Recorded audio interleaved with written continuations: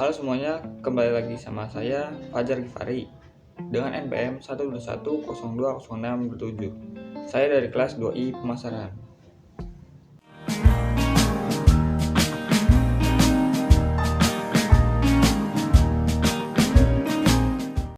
Pada video kali ini saya akan membahas TM11 yang bertemakan Human Capital atau modal manusia.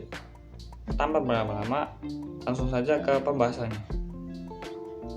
Oke, di pembahasan yang pertama di sini saya akan menjelaskan arti dari human capital. Istilah human capital pertama dikemukakan oleh seorang ekonom bernama Theodore Schultz yang berpendapat bahwa peningkatan kesejahteraan pada perusahaan tidak tergantung pada tanah, peralatan, energi, sumber daya, melainkan pada kompetisi pengetahuan dari pegawainya. Kemudian, ia mendeskripsikan posisi human capital sebagai kemampuan sumber daya manusia yang diperoleh melalui investasi pada sumber daya manusia, yang mendeskripsikan bahwa human capital terdiri dari 4 hal, yaitu yang pertama kemampuan, yang kedua perilaku, yang ketiga usaha, dan yang keempat waktu. Dan semuanya ini dimiliki dan dikendalikan sepenuhnya oleh pegawai. Di pembahasan yang pertama, saya sudah menjelaskan arti human capital. Nah, di pembahasan yang kedua, saya akan mendeskripsikan human capital sebagai kombinasi dari keempat faktor yang sudah saya sebutkan di pembahasan sebelumnya. Nah, di sini ada 3 poin. Poin yang pertama, karakteristik atau sifat yang dibawa pada pekerjaan. Misal, intelijensi atau kecerdasan, energi, sikap positif, keandalan, dan komitmen. Di poin yang kedua, kemampuan seseorang untuk belajar, yaitu kecerdasan, imajinasi, kreativitas, dan bakat. Dan poin yang terakhir atau poin yang ketiga, motivasi untuk berbagi informasi dan pengetahuan, yaitu semangat tim dan orientasi tujuan. Peran human capital.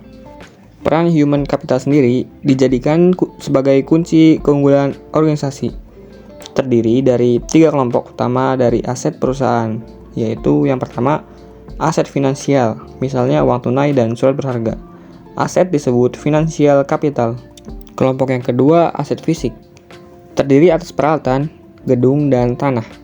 Kelompok yang ketiga atau yang terakhir, aset tak berwujud. Contohnya, modal organisasi, aliansi bisnis, pelanggan, merek, reputasi, dan modal intelektual. Nah, yang selanjutnya, hubungan kompetensi karyawan dengan human capital.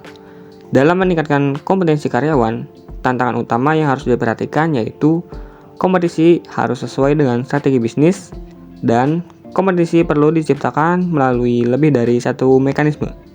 5 cara untuk meningkatkan kompetensi karyawan yaitu 5B.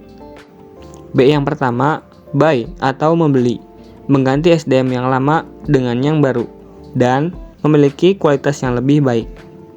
B yang kedua, build atau membangun, investasi dilakukan terhadap SDM untuk meningkatkan kualitasnya menjadi lebih baik. B yang ketiga, borrow atau meminjam, penggunaan konsultan atau partner efektif memungkinkan berbagai pengetahuan dan desain kerja baru. B yang keempat, bounce atau melambung, perusahaan harus mengeluarkan karyawan yang bekerja di bawah standar. Dan B yang kelima atau yang terakhir, bind atau mengikat. Mengikat karyawan jangan keluar merupakan tindakan kritis pada semua tingkatan. Transformasi peran divisi SDM.